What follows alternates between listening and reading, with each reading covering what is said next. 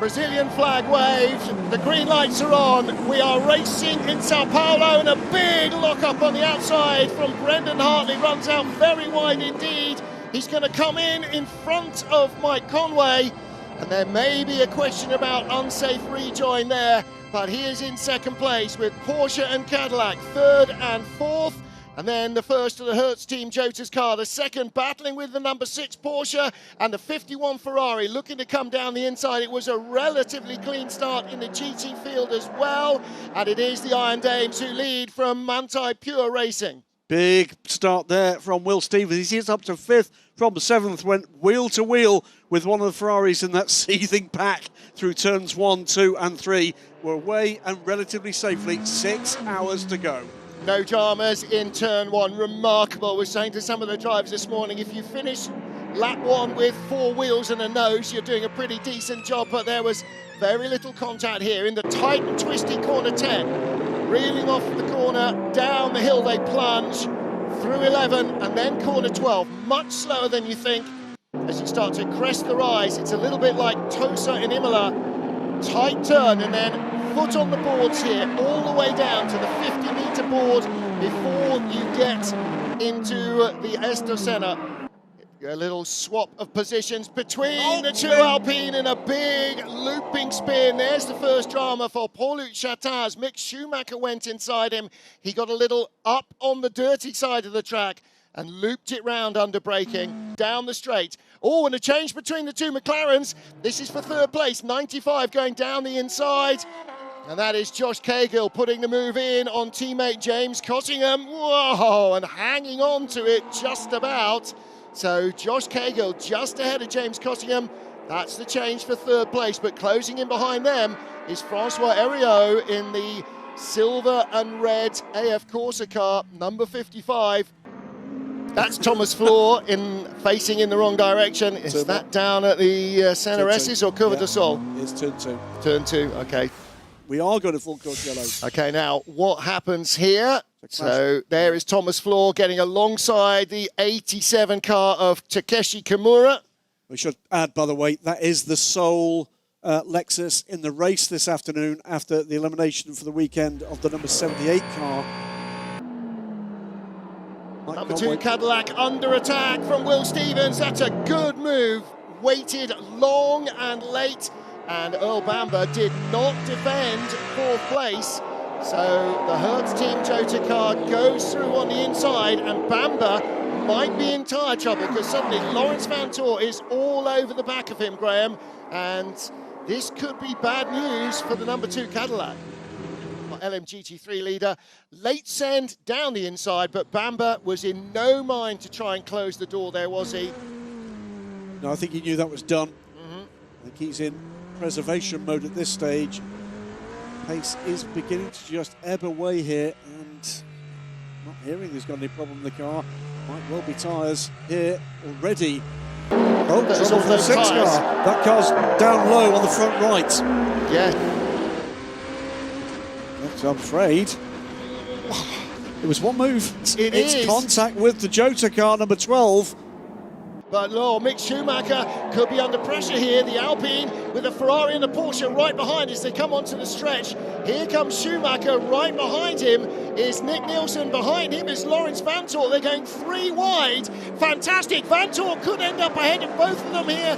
No, Nick Nielsen. Oh, yes, he does. Nick Nielsen outbrakes himself.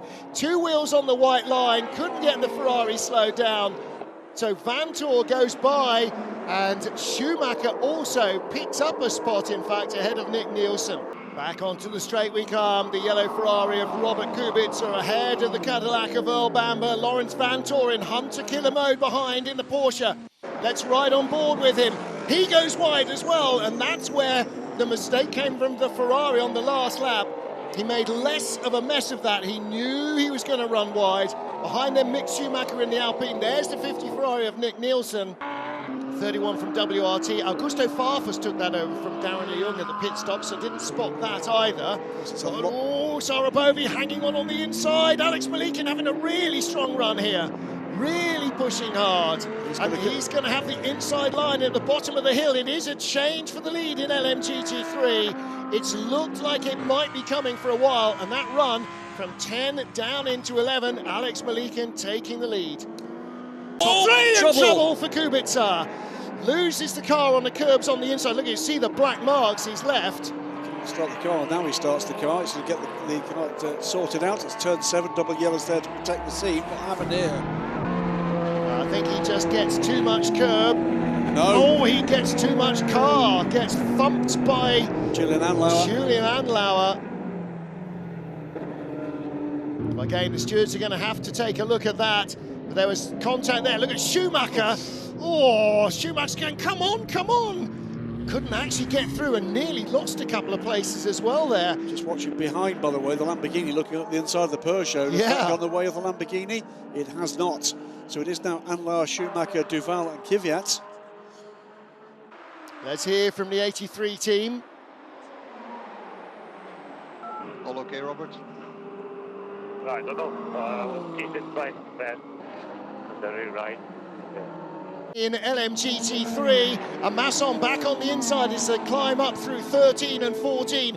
Right behind them, they've got the TF Sport Aster Corvette of Rui Andrade and Gregoire Saucy in the 59 McLaren. 3 wide, 4 wide. Come on, boys, you can do it. 4 wide, 4 wide, 4 wide. Masson in the inside. Al Hardy braking on the grippy part of the track, runs a little out wide.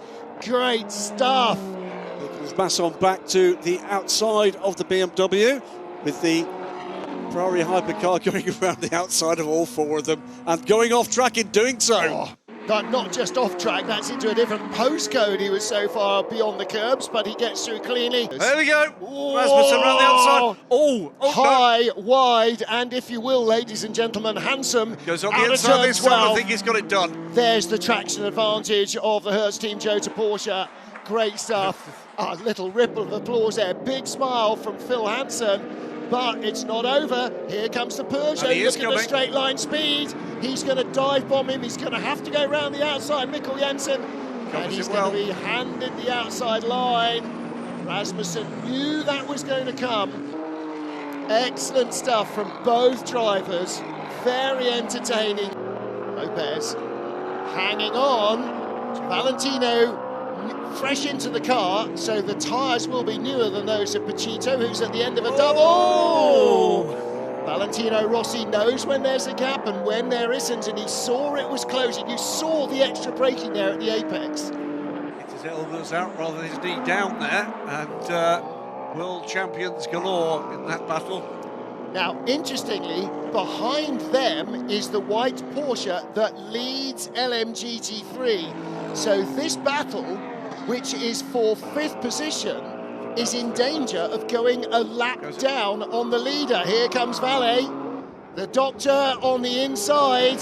Jose Maria Lopez knows how to race this track, but it is Valentino Rossi who has the inside line, tucks it into the apex, and through he goes. He's up to 5th place. Very happy to be back in this. Callum Ilott, fresh out of the pit lane, spins. He may not know that rear wing's gone. What's happened here? I think he will know now. Whoa. Yes. Yeah, well, look in the rear view mirror. Quite the clunk. You and I will know that. Oh, dear. Yeah, that was quite the clunk. And quick recovery from him. That's then dropped off. Well, for some of the cars outside the overall top 10, they'll still be battling for minor manufacturers' championship points. Round the outside comes Urbamba. It's a bit of a kiss side to side with the BMW. Takes that position. The caddy pushing on up to 14th now. One more position and there will be a manufacturer's point here because of the privateer cars ahead. Did it on straight line speed, toughed it out. There was just a little bit of a kiss, I think, between the 2 cars with a twitch from the caddy. Just watching the inside of Sheldon van der Linde's car. Maybe not, maybe yes. So this is now 51 versus 7 for 4th. On the inside! Whoa! That is proper late send. Absolutely amazing. More investigations coming in. Number 12 Hertz Team Joe to be investigated for a technical infringement, and 777 being given a final public warning. Don't think there was any contact there. It no. was super tight though. What do they say? Put a stamp on and send it.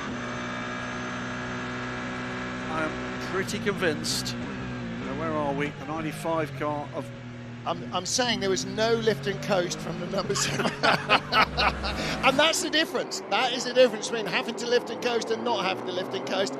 That was a full send from the number 7 Toyota.